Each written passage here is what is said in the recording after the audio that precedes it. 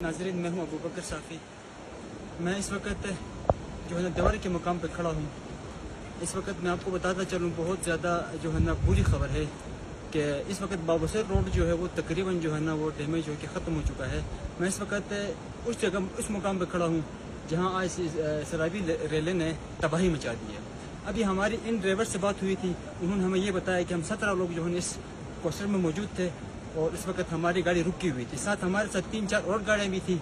हम देखते ही रह गए और वो 3 गाड़ियाँ जो है ना वो सैलाब की नज़र हो चुकी थी। और इस गाड़ी में भी 17 बंदे थे, उनमें से 3 बंदे, एक लेडीज़ थी और 2 उसके बच्चे थे, वो भी सैलाब की नज़र हो चुके हैं। मैं आपको नाज़रीन बताता चलूँ कि इस सैलाब ने शायद मैं कहता हूँ कि तारीख़ के सबसे बड़ा जो है ना तबाही जो है ना इस बाबूसर रोड पे मचाई है।